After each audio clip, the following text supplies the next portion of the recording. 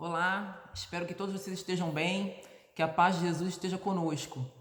Hoje, quando eu estava pensando em qual tema a gente ia falar, eu peguei um livro da Joana de Ângeles, esse aqui, olha, O Ser Consciente, porque a Joana de Ângeles sempre tem ótimos temas para a gente conversar, muita coisa boa.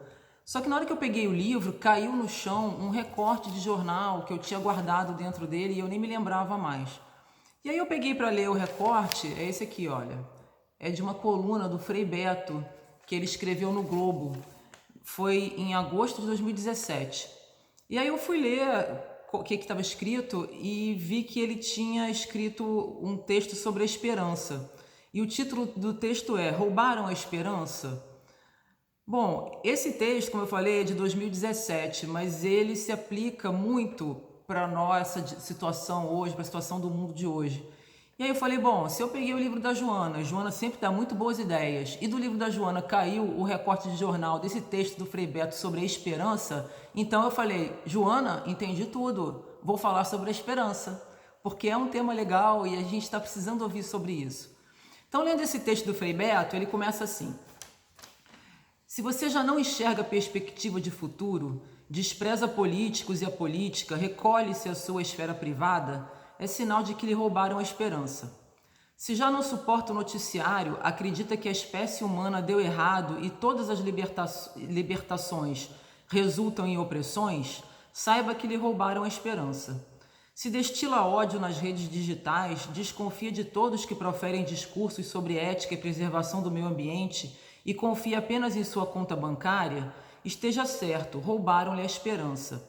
Se não curte mais sonhos de um futuro melhor, não injeta utopia na veia e não assume seu protagonismo como cidadão, preferindo se isolar em sua redoma de cristal, é sinal de que lhe roubaram a esperança. E eu pensei, caramba, a gente está numa situação em que a gente parece que foi roubada a nossa esperança. Nós pensamos em fé, nós pensamos em coragem, nós pensamos em amor, mas em esperança nós pensamos pouco. E esperança é uma atitude ativa. E a gente vai falar mais um pouco sobre isso. Bom, aí segue Frei Beto e ele fala sobre Jó. Ele diz assim: os amigos de Jó tudo argumentaram para que ele abdicasse da esperança. Vocês se lembram de já ter lido a história de Jó, né? Jó, Deus foi testar a fé de Jó e foi retirando tudo que ele tinha de mais precioso para ele. Então, primeiro retirou os bens, Jó ficou na boa, falou: não, beleza, Senhor, posso viver sem isso, continuo te amando, acreditando em você, sem problema.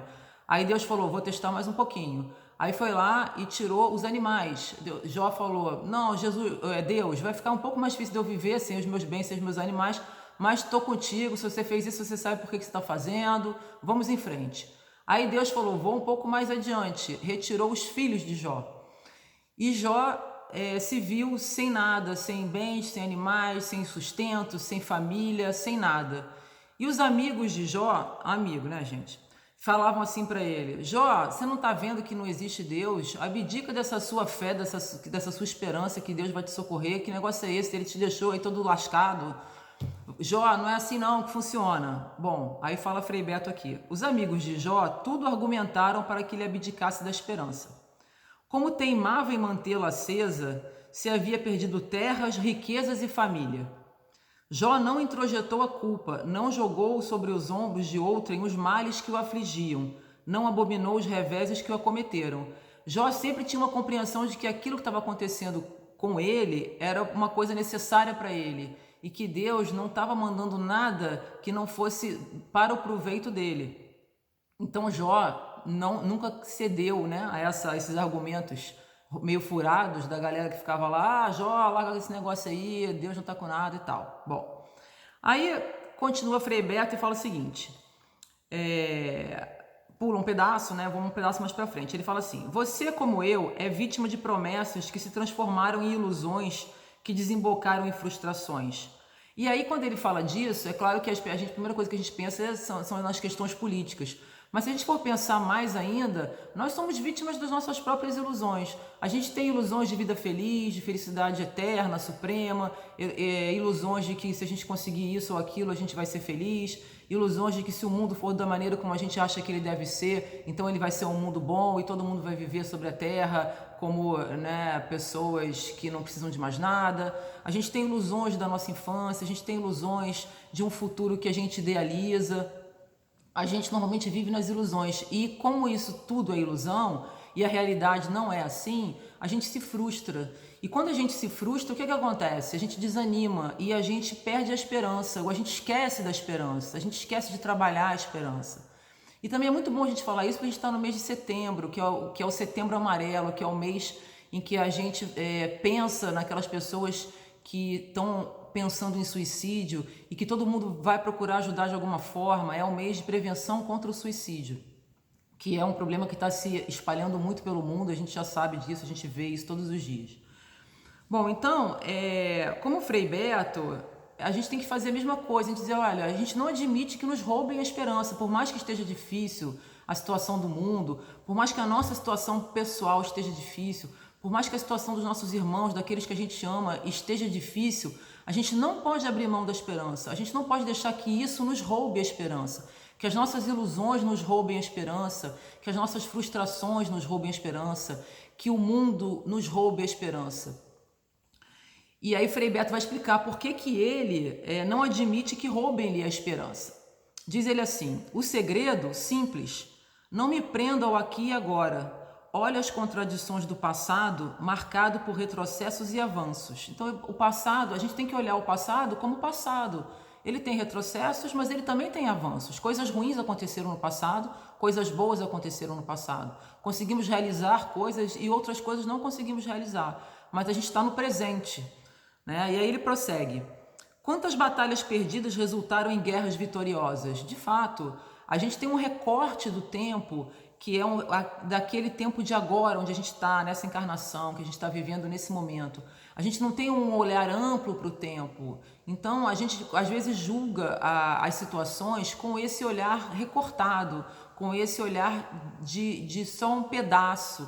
E aí passa o tempo mais para frente, as coisas vão acontecendo, e quanta coisa a gente achou que era ruim naquele momento que ela aconteceu, e mais tarde a gente vê que realmente foi uma coisa boa, que foi boa para nós. Quantas vezes a gente não consegue algo que a gente estava querendo e mais para frente a gente agradece a Deus por não ter conseguido aquilo, porque aquilo podia ser causa da nossa ruína, causa de tristeza, causa de sofrimento. E aí Frei Beto fala assim mais para frente, encara o futuro em longo prazo. Sei que não participarei da colheita, mas faço questão de morrer semente. Isso é muito bonito, né? Nós talvez não participemos da colheita nesta encarnação, mas nós sabemos que a gente vai participar da colheita sempre, porque o universo é todo encadeado, está tudo em harmonia, tudo que nós plantamos, nós que conhecemos a lei da reencarnação, nós que sabemos que nós vivemos eternamente e que essas experiências na Terra são experiências materiais que passam, que são passageiras, que são para o nosso aprendizado, nós sabemos que tudo que a gente colhe agora, que a gente planta agora, a gente vai colher, e tudo que a gente está colhendo agora, a gente já plantou. Então, assim, a gente tem que olhar para o futuro como algo que é cheio de esperança, mas para que o nosso futuro seja melhor do que o nosso presente, que é o que todo mundo quer, a gente tem que plantar coisas boas no presente. Porque se a gente plantar coisas boas no presente, a gente vai ter certeza de que elas vão criar frutos bons no futuro. E essa esperança de que a gente pode fazer isso, que a gente tem capacidade para fazer isso, a gente tem que ter sempre no nosso coração. Porque a gente sabe que a gente não passa por nada que a gente não consiga enfrentar. E aí, pensando sobre isso também, eu me lembrei que tem um texto do Emmanuel muito legal sobre esperança que está no livro Vinha de Luz, psicografado por Chico Xavier. Eu vou pedir licença para vocês para ler esse texto, porque ele realmente é muito bom. Então vamos lá. Começa com uma passagem da Carta de Paulo aos Romanos, no capítulo 15, versículo 4 da Carta de Paulo aos Romanos. Diz assim, porque tudo que dantes foi escrito, para nosso ensino foi escrito, para que pela paciência e consolação das Escrituras tenhamos esperança. Então o que Paulo quer dizer com isso? Que tudo que foi escrito até hoje foi escrito para que a gente possa aprender, que para a gente possa ler, viver aquilo, e para que a partir daquilo que a gente já sabe através das escrituras, nós que somos espíritas, através dos livros de Kardec, através das psicografias de Chico Xavier, de Divaldo Franco, tudo aquilo que foi escrito, que foi mandado pelos espíritos, é para o nosso ensino, é para o nosso conhecimento. E não só para o nosso conhecimento teórico, é para a gente colocar isso na nossa vida prática e também para a gente ter certeza que, como diz Paulo, que pela paciência e pela consolação que a gente recebe desses ensinos, a gente possa ter esperança. E a esperança é ativa, a esperança, ela nos move. Bom, isso foi o trechinho que Emmanuel colocou aqui no começo do texto dele. Agora eu vou ler o texto chamado Esperança, no livro Vinha de Luz, psicografado por Chico Xavier. Diz assim: a esperança é a luz do cristão. Nem todos conseguem, por enquanto, o voo sublime da fé, mas a força da esperança é tesouro comum. Então, nem todos nós conseguimos os grandes voos da fé. Às vezes a nossa fé balança, mas a esperança é de todos nós temos esperança. Nem todos podem oferecer, quando querem, o pão do corpo e a lição espiritual, mas ninguém na terra está impedido de espalhar os benefícios da esperança. Então a gente não tem condição às vezes de dar o pão para outra pessoa porque o pão está nos faltando. Às vezes a gente não tem condição de passar conhecimento para as outras pessoas porque a gente ainda está aprendendo, mas a esperança a gente pode passar para os outros, a gente pode espalhar a esperança pelo mundo. E ele continua: a dor costuma agitar os que se encontram no vale da sombra e da morte. Ele colocou entre aspas, no vale da sombra e da morte, onde o medo estabelece atritos e onde a aflição percebe o ranger de dentes, entre aspas também, nas trevas exteriores, mas existe a luz interior que é a esperança. Então a gente pode estar no perrengue dos perrengues, na pior das situações que pareça para a gente naquele momento, mas a esperança é uma luz interior que está dentro de nós, que a gente tem que procurar por ela, porque ela está lá, ela está acesa. Continua Emmanuel.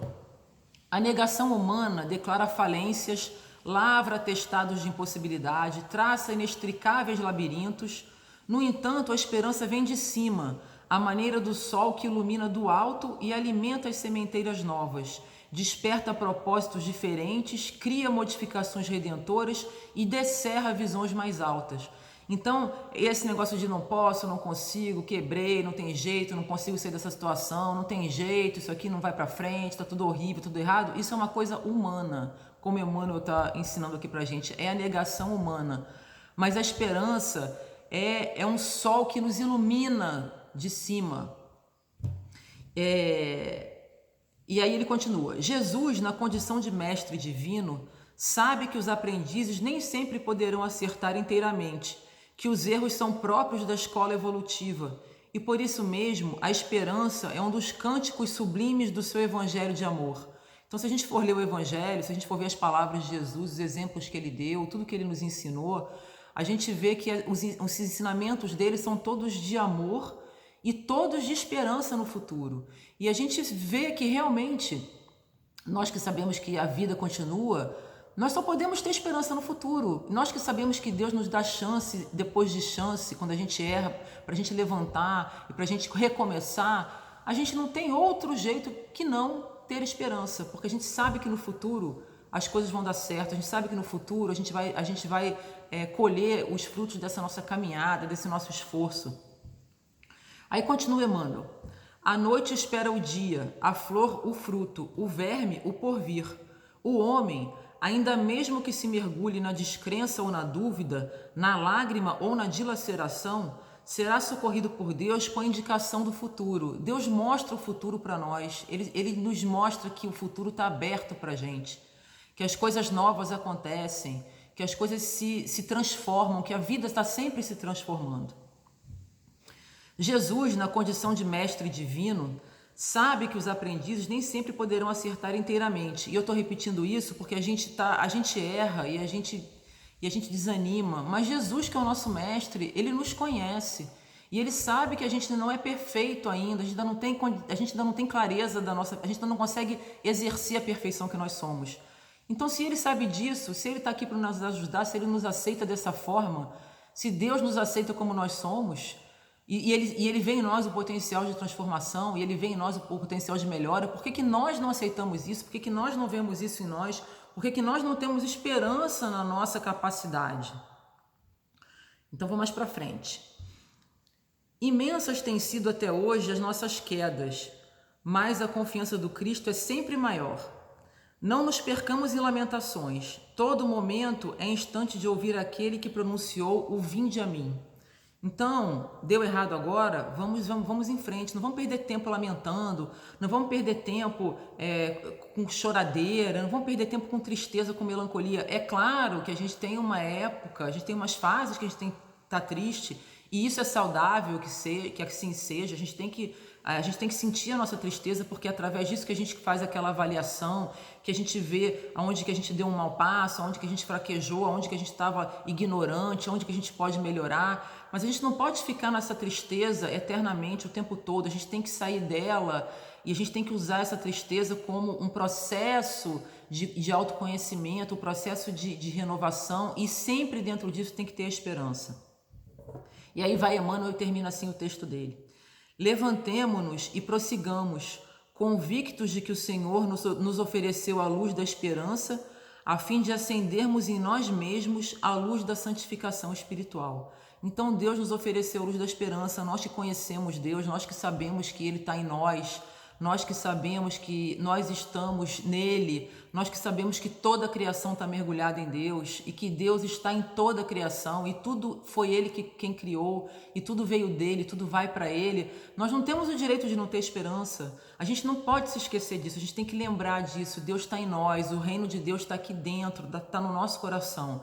A gente tem que procurar Ele lá dentro, sem ficar se desviando dessa luz, dessa esperança, pelas quedas, pelas coisas ruins que acontecem, pelas nossas frustrações, pela tristeza que a gente sente quando as nossas ilusões não se concretizaram, porque elas eram isso, elas eram ilusões.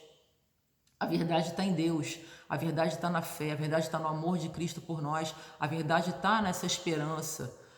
E aí, para terminar nessa nossa conversa de hoje, porque eu acho que a gente tem bastante material já para pensar, e o que eu queria mesmo era deixar essa lembrança, porque quando eu li esse texto do Frei Beto e quando eu me lembrei desse texto de Emmanuel e eu li esse texto de Emmanuel, eu vi que eu mesma estava esquecida da esperança. E na hora que a gente se lembra disso, na hora que a gente vê como é lindo esse amor de Deus por nós, e na hora que a gente vê como que a natureza toda funciona de maneira integrada, de maneira tão perfeita, e a gente fica triste quando a gente vê a natureza sendo destruída pelos nossos erros ou pelas nossas omissões, a gente não tem que ficar só nessa tristeza. E aí quando eu li isso tudo, eu sinto que isso dá uma força pra gente. E aí eu achei tão legal e eu fiquei tão melhor, e por isso que eu queria passar isso para vocês, eu queria passar essa mensagem de esperança para vocês. Então, quem quiser ler esse texto de Emmanuel com mais calma, da esperança, procura lá no livro Vinha de Luz, que é um excelente texto para a gente fazer o nosso Evangelho no Lar, por exemplo.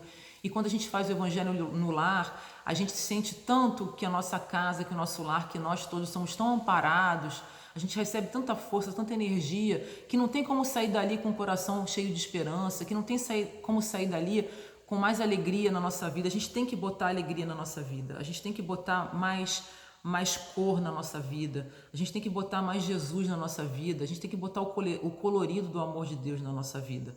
Então eu queria muito que depois dessa conversa que a gente está tendo, depois que vocês ouvirem e assistirem esse vídeo, eu queria muito que vocês se sentissem um pouco assim como eu estou me sentindo, com o coração cheio de esperança, tendo descoberto aqui no meu coração, naquele cantinho meio ali guardadinho, dentro de um armário que estava um pouco trancado por todas essas experiências difíceis que a gente está passando, ali dentro daquele armário trancadinho, daquela gavetinha, tem esperança. E quando você abre, não é só uma coisinha, uma gavetinha, quando você abre aquela gavetinha que está ali no coração, sai uma luz enorme, maravilhosa, sai uma força enorme, e isso nos dá um alento muito bom.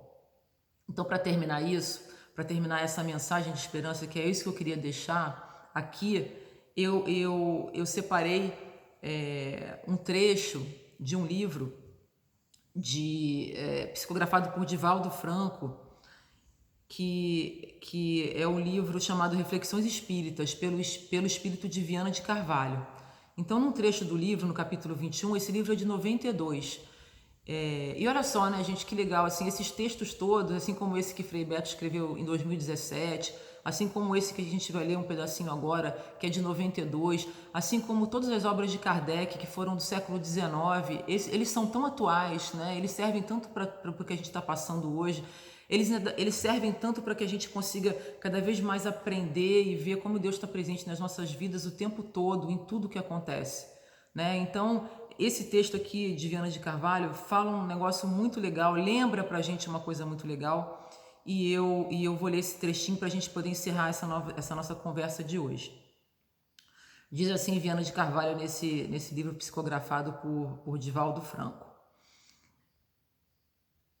Há predominância do bem no mundo odierno, ou seja, no mundo de hoje o bem predomina. Ele falou isso nos anos 90 e eu digo para vocês agora, estamos em 2020, no meio desse problema todo de pandemia, mas o bem está predominando no mundo. A gente tem que filtrar aquilo que a gente ouve, aquilo que a gente escolhe abrigar no nosso coração e na nossa mente, porque a gente tem que ter certeza que o mundo está melhorando.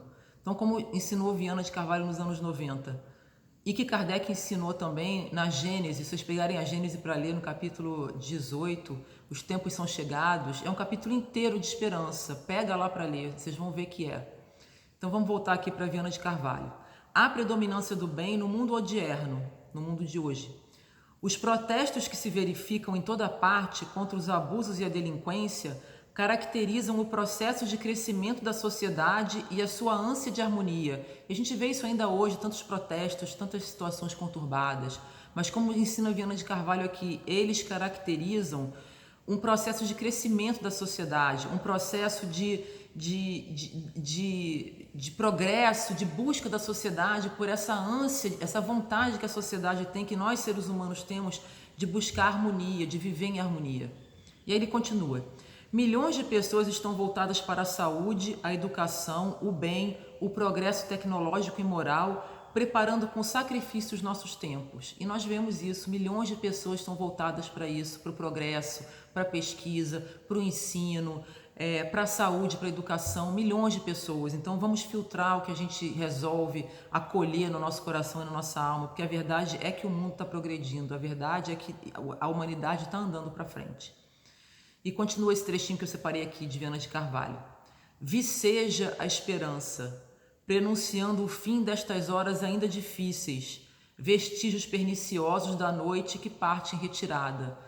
Então o que ele quer dizer com isso? A esperança está aí, a esperança está florescendo, a esperança está ativa. Isso que a gente está vendo agora são resquícios do que ele chama da noite que parte retirada, resquícios da nossa natureza ainda ignorante, resquícios da ignorância do passado, resquícios daquilo que a gente plantou nas nossas outras vidas, nas nossas outras existências, da ignorância que nós éramos e que agora nós estamos começando a tirar de nós, né? Então essa sombra, essa agonia, isso tudo é um processo interior que a gente remexe dentro de nós e que o mundo tá passando para a gente poder encontrar em nós o bem que está ali dentro. Então esses processos são processos de progresso.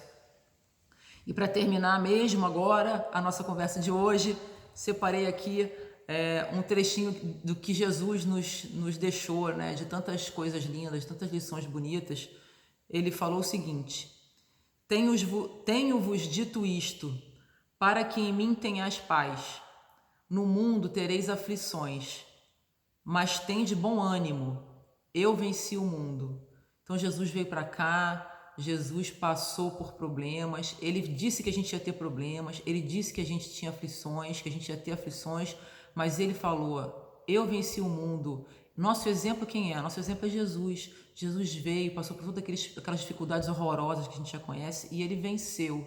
Assim como ele venceu, nós podemos vencer, porque ele disse isso e nós acreditamos nele. E ele é nosso irmão mais velho, e ele é nosso divino mestre, ele é nosso pastor. E ele disse isso e a gente acredita.